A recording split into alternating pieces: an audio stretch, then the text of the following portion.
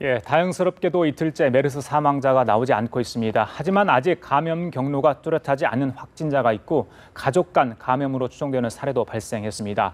이런 불안 요소들이 사라져야 안심할 수 있을 것 같습니다. 가톨릭의대 미생물학 교실 백순영 교수와 함께 자세한 얘기 나눠보도록 하겠습니다. 교수님 안녕하십니까? 예, 안녕하십니까? 자, 추가 확진자 11일째 한 자릿수입니다. 그리고 오늘 13명이 퇴원했고요. 사망자는 없는 상황입니다. 자, 한풀 기세가 꺾였다 이렇게 봐도 될까요? 예, 그렇긴 한데 뭐 여러 가지 변수가 있어서 아직 안심할 단계는 아닌 것 같습니다. 어떤 변수가 있을까요? 예, 변수로서는 그 어저께 발생했던 환자가 그 7,500명 정도를 일단 의심 환자를 만들어 놓는 꼴이 됐는데요. 사실은 지금 상황에서 뭐 더 많이 감염을 시켰다기보다는 그런 위험성이 생겼다는 것이 이분이 이제 강동 성심병원에 마지막까지 가게 되는 과정에서 173번 환자죠. 네, 173번 환자죠. 방역 당국이 모르고 있었다는 부분이고 또 좀 다행인 것은 증상이 그렇게 위중하지 않은 상태에서 가셨기 때문에 아마 지역사회 전염 또는 병원 내 전염도 그다지 많은 수가 나오지는 않을 것 같이 보입니다만은 혹시라도 그중에 또 환자가 나오게 되면 점점 더 이런 의심 환자 숫자가 늘어나기 때문에 우리가 점점 종식 선언할 수 있는 시간이 길어질 수밖에 없다는 모니터링을 하고 역학조사를 할 텐데 만약에 잘못하면 이분이 슈퍼 전파자가 될 수도 있습니까? 그러니까 슈퍼 전파자가 될 가능성은 굉장히 낮은 부분이 있는 것이 이 부분이 그 다른 환자분들 76번 환자나 또는 뭐 14번 환자처럼 아주 그 증상이 많이 나타나고 기침이 많이 나오고 객단이 많이 나오는 시기에 있었던 것은 아니기 때문에 또 우리가 모르고 있는 상황이 아니고 좀 알고 있는 상황에서 조치가 된다면 지금 현재 상황으로 봤을 때는 그렇게 많은 환자를 발생할 것 같지는 않게 보입니다만은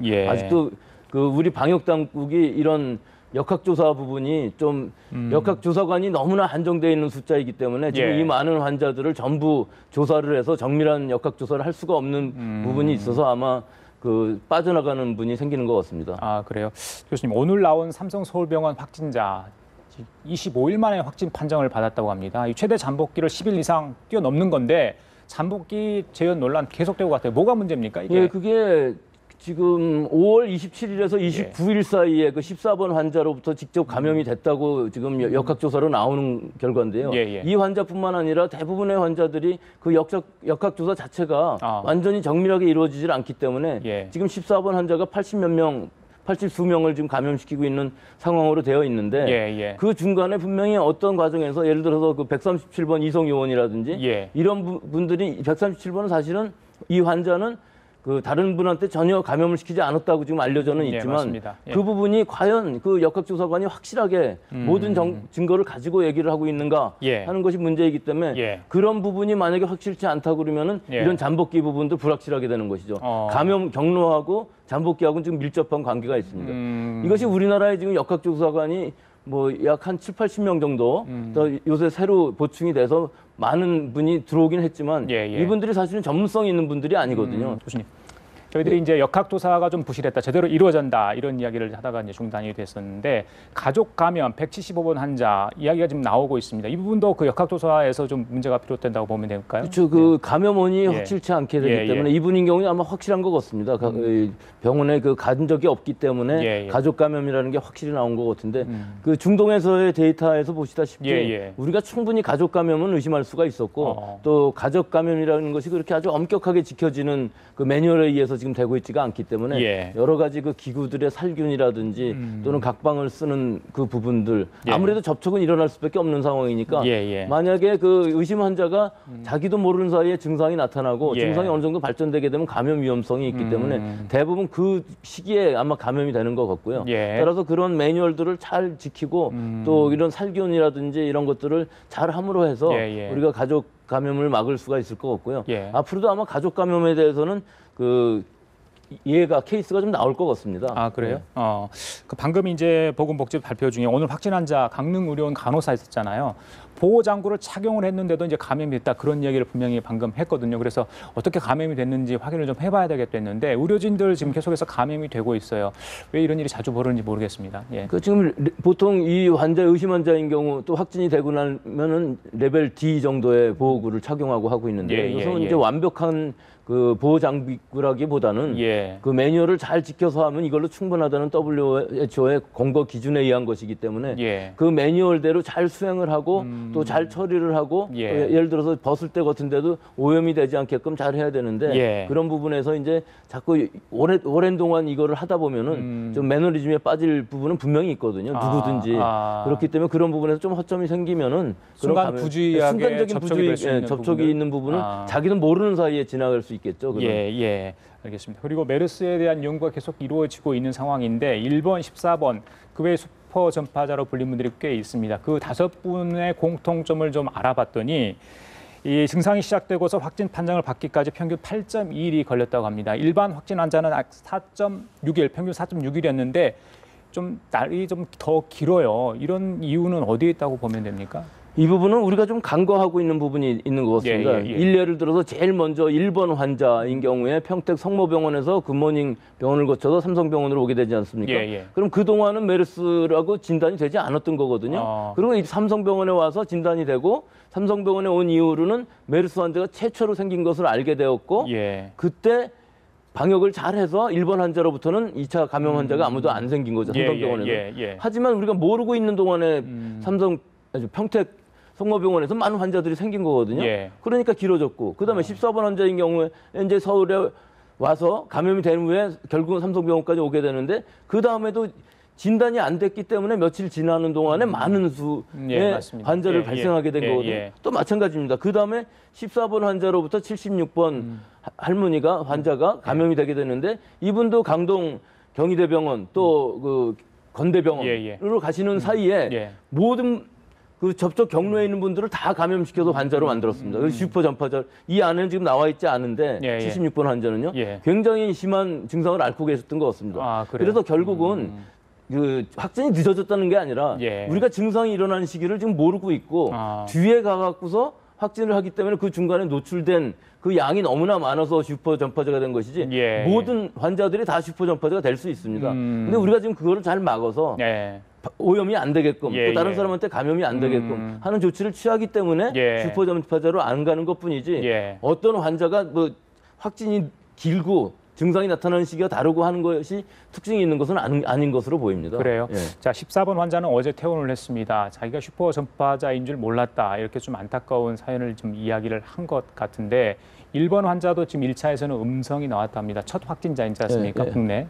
자, 그렇다면 2차 음성 나오면 이제 퇴원을 하게 될 텐데 사실은 이분들은 일찍 입원을 치료를 하지 않았습니까? 그런데 그 치료 기간이 굉장히 길었어요.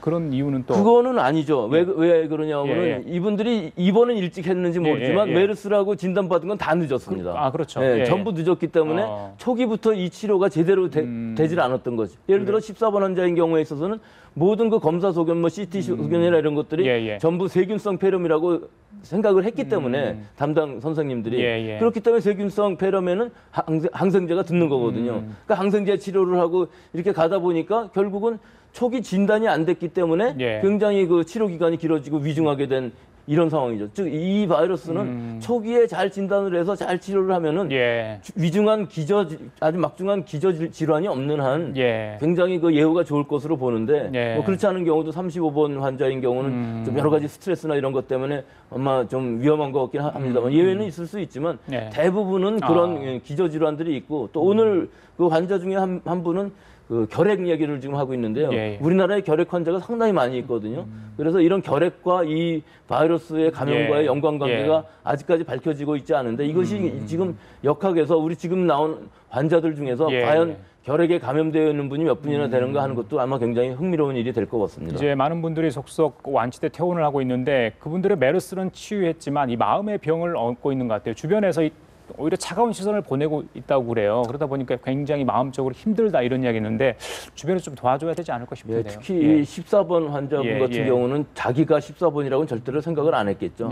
본인도 14번으로부터 감염됐다고 생각했는데 80 몇 명을 감염시켰다고 생각하면 그 얼마나 심각한 정신 증상을 갖고 계시겠습니까? 이런 것들을 아마 정신과 선생님들이 잘 치료를 하셔서 안정을 갖도록 해야 되겠죠. 알겠습니다. 자, 그리고 환자 치료에 쓰는 의료 폐기물 있지 않습니까? 메르스 이건 또 더 조심해서 다뤄야 될 것 같은데 물론 폐기물 처리법에 있어서 뭐 의료물 폐기하겠지만 좀 더 조심해야 되지 않을까 이런 생각도 들어요. 이게 이제 두 가지로 나눌 수가 있는데요. 예. 병원에서 처리하는 것하고 또 가정에서 격리 환자가 있을 경우 처리하는 방법이 많이 다를 수가 있는데 제일 기본적으로는 일단 이 음압 격리 병실이라는 의미는 그 격리 병실 안에서 바이러스가 밖으로 나오지 못하게 하는 것이거든요. 그러니까 음압이 돼서 공기 흐름 자체가 그럴 뿐만 아니라 그 안에서 처리된 모든 오염이 가능한 기구라든지 모든 물건에 대해서는 밖으로 나오지 않을 그런 매뉴얼이 잘 갖춰져 있어야 됩니다. 따라서 여러 가지 방법이 있을 수가 있는데요. 제일 처음에는 우선 121도씨 15분이라는 그런 고압 살균이라는 방법이 있습니다. 멸균법이기 때문에 우리가 이제 미생물학에서 얘기하는 멸균법이라는 게 여러 가지가 있거든요. 그러니까 일단은 그 안에서 나올 수가 없게끔 돼야 되고 또 나온다 할지라도 완전 밀폐된 시스템이 돼서 나와서 그것이 처리가 돼야 되겠죠. 그러니까 그런 부분이 아마 많이 나올 것 같습니다. 지금 현재로서는. 자, 완치자하고 퇴원자가 나오다 보니까 이제 퇴원하면 정말 괜찮나, 바이러스를 옮길 가능성은 전혀 없는가, 이 부분에서 많은 분들이 물어보는 분들이 굉장히 그거는 많다고요. 뭐 기본적으로 바이러스라는 건 그렇습니다. 일단 항체가 생겨서 그 바이러스에 대해서 면역성이 생기면은 절대로 외부에 다른 사람한테 감염시킬 가능성은 없고요. 또 본인이 그 바이러스에 다시 감염이 된다 할지라도 감염 자체가 성립되지 않고 제거가 되는 상황이 되는 것이죠. 그것은 항체의 역할입니다. 그렇다면 격리가 풀리면 그 부분도 100% 안전한가? 그건 이제 잠복기의 문제가 있기 때문에 잠복기가 14일을 넘어가는 환자들도 꽤 있었거든요. 그 중동의 역학 정보를 봐도. 그러니까 격리 기간 지난다 할지라도 혹시 뭐 가벼운 감기 증상이라 할지라도 의심이 되면은 방역 당국에 연락을 해야 되겠죠. 그리고 본인도 며칠 정도는 한 적어도 일주일, 2주 정도는 잘 관찰을 하면서 이상이 있는가를 잘 체크를 해야만 아마 이런 문제가 안 생길 것 같습니다. 이 14일이라고 정해놓은 이유는 이게 전체적으로 14일 안에 대부분 들어간다는 것이지 14일을 넘어간다는 환자가 없다는 얘기는 아니기 때문에 그런 부분은 자기가 그 14일을 넘어갈 수도 있으니까 그런 부분은 본인이 잘 체크를 해서 그 부분은 아마 시민의식에 들어가겠습니다. 네, 마지막으로요. 자, 지금 종식 이야기가 지금 서서히 나오는데 당국에서는 출구 전략을 아직 모색할 생각은 전혀 없다, 이런 이야기를 하고 있습니다. 많은 분들이 이제 좀 빨리 이 문제가 좀 해결됐으면 좋겠다는데 변수가 좀 있을 것 같아요. 여러 상황이 지금 나오고 있는 상황인데 감염 경우도 뚜렷하지 않는 분도 있고요. 뭐 가족 감염 방금 저희들도 이야기를 했습니다만 어떤 게 있을까요?